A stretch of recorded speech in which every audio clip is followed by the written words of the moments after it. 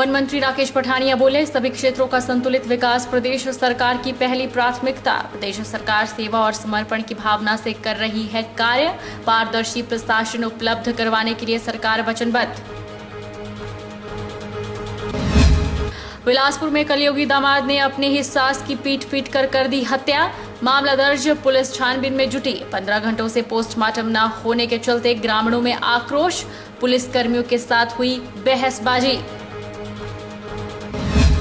उपायुक्त कांगड़ा ने किए गुप्त नवरात्रि समापन पर ज्वाला मां के दर्शन। विकास कार्यों का लिया जायजा। कहा, ज्वालामुखी मंदिर के विकास कार्यों को मिलेगी तरजीह। जल्द ही मंदिर न्यास की होगी बजट बैठक। और नालागढ़ के दतोवाल में तालाब में अचानक मरी सैकड़ों मछलियां, मचा हड़कंप। ग्रामीणों ने तालाब में जहरीला पदार्थ डालने की जताई आशंका। जांच के बाद ही असली कारणों का चल सकेगा पता। नमस्कार, आप देख रहे हैं HP 24x7। मैं हूं जनीशा। समाज के सभी वर्गों का कल्याण और क्षेत्रों का संतुलन विकास प्रदेश सरकार की पहली प्राथमिकता है। फतेहपुर उपमंडल के तहत मिंता पंचायत में जनसभा को संबोधित करते हुए वन युवा सेवाएं एवं खेल मंत्री राकेश पठानिया ने यह बात कही। वन मंत्री ने लोगों की समस्याएं सुनी और अधिकतर का मौके पर भी निपटारा कर दिया। उन्होंने अधिकारियों को लोगों की समस्याओं का शीघ्र निपटारा करने के भी निर्देश दिए। वन मंत्री राकेश पठानिया ने कहा कि वर्तमान प्रदेश सरकार सेवा और समर्पण की भावना से कार्य कर रही है। लोगों को भयमुक्त और पारदर्शी प्रशासन उपलब्ध करवाने के लिए सरकार वचनबद्ध है। उन्होंने कहा कि वर्तमान प्रदेश सरकार ने अपने 3.5 वर्ष में सभी वर्गों के हितों को ध्यान में रखते हुए योजनाएं तैयार की है, ताकि सभी वर्गों का सामाजिक और आर्थिक उत्थान सुनिश्चित हो सके। उन्होंने कहा कि प्रदेश सरकार द्वारा समाज के गरीब, पिछड़े, वंचित और कमजोर वर्गों के लिए चलाई जा रही विभिन्न योजनाओं को निश्चित समय में धरातल पर उतारने के लिए विशेष बल दिया जा रहा है, ताकि लक्षित वर्ग तक इन योजनाओं का लाभ मिल सके। प्रदेश में राज कर रहा है। जयराम ठाकुर जी और मैं इकट्ठे 98 में MLA बने थे और बहुत घनिष्ठ मित्र है मेरे, बहुत अच्छा संबंध है मेरा उनके साथ। हमने जब भी जो उनसे मांगा हमें उन्होंने दिया। इसलिए मैं आपको इस बात का आश्वस्त कराना चाहूंगा और एक बात और इसलिए आश्वस्त कराना चाहूंगा कि आपका जो ये बाई इलेक्शन आ रहा है, इस बाई इलेक्शन में भाजपा को क्यों वोट डालना है? भाई सुशील जी बोल रहे थे कि हमारी मदद करो। इसलिए मदद करनी चाहिए कि हमारी सरकार, आपकी सरकार शिमला में है, आपकी सरकार मोदी जी की दिल्ली में, और अपना वोट हम खराब ना करें। मिंता के विकास के लिए वोट डालें, अपने पंचायत के डेवलपमेंट के लिए वोट डालें, भारतीय जनता पार्टी को वोट डालें। उम्मीदवार कौन होगा, क्या होगा, इसके बारे में मैं कुछ नहीं बोल सकता। ये तो तय करेगा हमारा पार्टी का आला कमान। फतेहपुर में उपचुनाव को लेकर राजनीति गर्मा चुकी है। अभी तक ना तो कांग्रेस ने और ना ही भाजपा ने अपना दूल्हा मैदान में नहीं उतारा है। फतेहपुर विधानसभा के मिंता पंचायत में हुए प्रदेश के वन मंत्री के कार्यक्रम में फतेहपुर भाजपा मंडल संगठन के साथ साथ भाजपा प्रदेश उपाध्यक्ष कृपाल परमार नहीं पहुंचे तो चर्चा का बाजार गर्म होने लगा। कार्यक्रम में फतेहपुर भाजपा में बगावत साफ नजर आई। वहीं आज के कार्यक्रम में स्थानीय पंचायत प्रधान सुशील कुमार ने स्टेज से खुलेआम वन मंत्री से प्रार्थना कर डाली कि इस बार पठानकोट वालों को नहीं बल्कि स्थानीय टिकट के दावेदारों में से एक को टिकट दी जाए। ये भी माननीय से प्रार्थना करता हूँ, निवेदन करता हूँ, हाथ जोड़ के पैर पकड़ के सब ये निवेदन करता हूँ कि प्लीज हमारी जो टिकट है हमारे किसी लोकल को दी जाए, क्योंकि पठानकोट वालों ने हमें बहुत सताया। इसका दुख दर्द मैंने आपको बता दिया है पहले। पानी, सड़क, कोई भी सुविधा, 500 रुपया खर्च के जाए तो आगे बोलते हैं कि घर में नहीं है, चाहे घर में सोए वो बोलते हैं कि घर में नहीं है। तो ये मेरी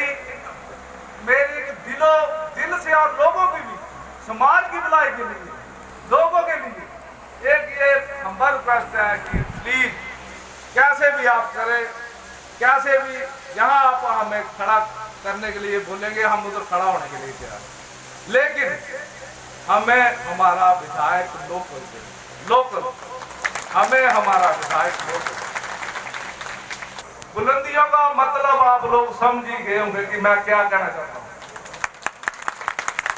बिलासपुर जिले की माकड़ी मारकंड पंचायत में एक दामाद ने अपनी सास की पीट कर हत्या कर डाली। बुरी तरह से घायल सास को सन के दामाद के कब्जे से बड़ी मुश्किल से छुड़ाया गया और मारकंड अस्पताल ले जाया गया। वहां से उसे बिलासपुर अस्पताल और बाद में आईजीएमसी शिमला के लिए रेफर किया गया था, लेकिन उसने बीच रास्ते में ही दम तोड़ दिया। पुलिस ने शव को कब्जे में ले लिया है और मामले की जांच में जुट गई है। बिलासपुर जिले के माकड़ी मारकंड पंचायत में एक दामाद ने अपनी सास की पीट कर हत्या कर दी। माकड़ी मारकंड पंचायत के ठोडू गांव की रहने वाली सीता देवी की 6 लड़कियां हैं। उनमें से एक लड़की की शादी बल भुलाना पंचायत के रहने वाले सुरेश कुमार के साथ हुई थी। वह ससुराल में ही घर जमाई बनकर रहता है और अक्सर शराब के नशे में धुत भी रहता है। उसने लोहे की रॉड से पीट कर सीता देवी की हत्या कर दी है। पुलिस ने मामला दर्ज कर मृतका के शव को कब्जे में लेकर क्षेत्रीय अस्पताल पोस्टमार्टम के लिए भेज दिया है। आरोपी के विरुद्ध अस्थायी तौर पर धारा 307 के तहत मामला दर्ज कर लिया गया है। पोस्टमार्टम की रिपोर्ट पुलिस को मिलने के बाद ही धारा में परिवर्तन होगा। वहीं मृतक महिला का करीब 15 घंटों से पोस्टमार्टम न होने के चलते ग्रामीण और पुलिस कर्मियों के बीच बहसबाजी हो गई। ग्रामीणों का आरोप था कि समय पर अस्पताल प्रबंधन ने उन्हें क्यों नहीं बताया। आखिर अस्पताल प्रबंधन को फोरेंसिक एक्सपर्ट बिलासपुर ही बुलाना पड़ा है। पिछले कल मारकंडे पंचायत के ब्रो गांव में एक सीता देवी, जिसकी कोई उम्र कोई 60 साल है, उसका हत्या कर दी उसके दामाद ने और गंभीर हालत में सीता देवी को बिलासपुर लाया गया। बिलासपुर से जब शिमला को रेफ़र किया गया तो बीच रास्ते में उसकी तबीयत ख़राब हो गई और एम्बुलेंस जो यहाँ से गई थी उसने अर्की हॉस्पिटल की तरफ उसको ले गए और अर्की में डॉक्टर्स ने उसको सीता देवी को मृत घोषित कर दिया। लेकिन हैरानी इस बात की है कि जब सीता देवी को मृत घोषित कर दिया तो एम्बुलेंस जो यहाँ से गई थी उस मृत महिला को के शव को वहाँ छोड़ करके भाग गया। यहाँ से जो इनके जो बच्चियाँ हैं, 3 बेटियाँ हैं सीता देवी की, ये बड़े गरीब हैं बेचारे, सब इकट्ठे होकर के यहाँ से गए तो अर्की से डेड बॉडी को लेके आए और बिलासपुर के अस्पताल में शवगृह में डेड बॉडी को रख दिया। आज 1 बजे जो है वो ये कहा जा रहा है कि बिलासपुर में फॉरेंसिक डॉक्टर नहीं है, इसलिए इसका पोस्टमार्टम यहाँ नहीं हो सकता, इसको आप शिमला ले जाओ। जानबूझ करके केस का पोस्टमार्टम करने के लिए डिले किया जा रहा था। तो ग्रामवासी इकट्ठे हुए, बेटियां की इकट्ठी हुई, इन्होंने और प्रधान जी, पूर्व प्रधान है हमारी सीता देवी जी, सारे रिश्तेदार आए, इन्होंने कहा कि इनका पोस्टमार्टम बिलासपुर में कराओ और तब भी अस्पताल प्रशासन कह रहा है कि नहीं, इसको शिमला ले जाओ। मैं ये कहना चाहता हूँ कि जब ऐसी कोई घटना हो जाती है तो मृतक के परिवार को दर दर भटकना पड़ता है कि जब वो आरकी हॉस्पिटल में के पास डेथ हुई तो जब वो आरकी में गए, आरकी में नहीं हो पाया, उन्होंने रेफर बिलासपुर कर दिया। तो जब बिलासपुर में है तो ये बिलासपुर में पोस्टमार्टम होना चाहिए और तुरंत होना चाहिए, जिससे कि परिवार वालों को दुखी ना होना पड़े। और अब यहाँ से कह रहे हैं कि जी शिमला होगा, तो एक जो गरीब परिवार है, जो बूढ़ी माँ मर गई है, उसका बेटा बेड रिडन है और उसकी जो बेटियां हैं उन्हीं कोई कर्म करना पड़ रहा है, तो वो कितना बियर करेंगी और वो कैसे करेंगी।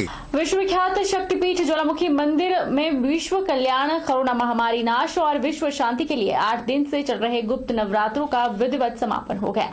बारिश में भी हजारों की संख्या में भक्तों की भीड़ उमड़ी रही। यज्ञशाला में 71 पुजारी और पंडितों ने वैदिक मंत्रों से हवन यज्ञ किया। पुजारी व न्यास सदस्य सौरभ शर्मा ने बताया कि गुप्त नवरात्रों में लाखों की संख्या में जप और पाठ किया गया। मां के आशीर्वाद से विश्व में शांति और जन कल्याण की भावना लोगों में हो, कोरोना का नाश हो, इसी उद्देश्य की कामना के लिए पिछले कई वर्षों से यह अनुष्ठान हो रहा है। विश्व शांति और जन कल्याण के लिए पुजारी महासभा मंदिर न्यास के सहयोग से आयोजन को सदियों से करती चली आ रही है। इन नवरात्रों में मां के दर्शन करने का फल नवरात्र के ही बराबर माना जाता है। नवनियुक्त डीएसपी चंद्रपाल सिंह ने बताया कि गुप्त नवरात्र के समापन पर वह शक्तिपीठ में दर्शनों को आए हैं और कोरोना को देखते हुए सभी श्रद्धालु मास्क और सोशल डिस्टेंस का पालन कर रहे हैं। कल शाम को मैंने एसडीपीओ ज्वालामुखी के तौर पे ज्वाइन किया है और आज मैं माता का आशीर्वाद लेने के लिए इस प्रसिद्ध पीठ में आया हूँ। आज अंतिम गुप्त नवरात्रा है। मैं सबसे पहले तो अभी कोरोना को लेकर थोड़ा सा गंभीर रहे हैं हम लोग, क्योंकि धीरे धीरे भीड़ भी बढ़ रही है। तो मेरी सर्वप्रथम यही प्राथमिकता है अभी तो कि सभी लोग सोशल डिस्टेंसिंग का पालन करें, मंदिरों में स्पेशली, और मास्क लगा के रहें, फेस कवर रखें। यात्रु काफ़ी भारी मात्रा में मंदिर में पधारे हैं। प्रशासन की तरफ से पूरा इंतजाम किया गया है। एसओपी का पूरा ध्यान रखते हुए हर यात्रु पे मास्क, बिना मास्क के नहीं भेजा जा रहा है और पूरी व्यवस्था मंदिर की तरफ से की गई है। रुकेंगे एक छोटे से ब्रेक के लिए।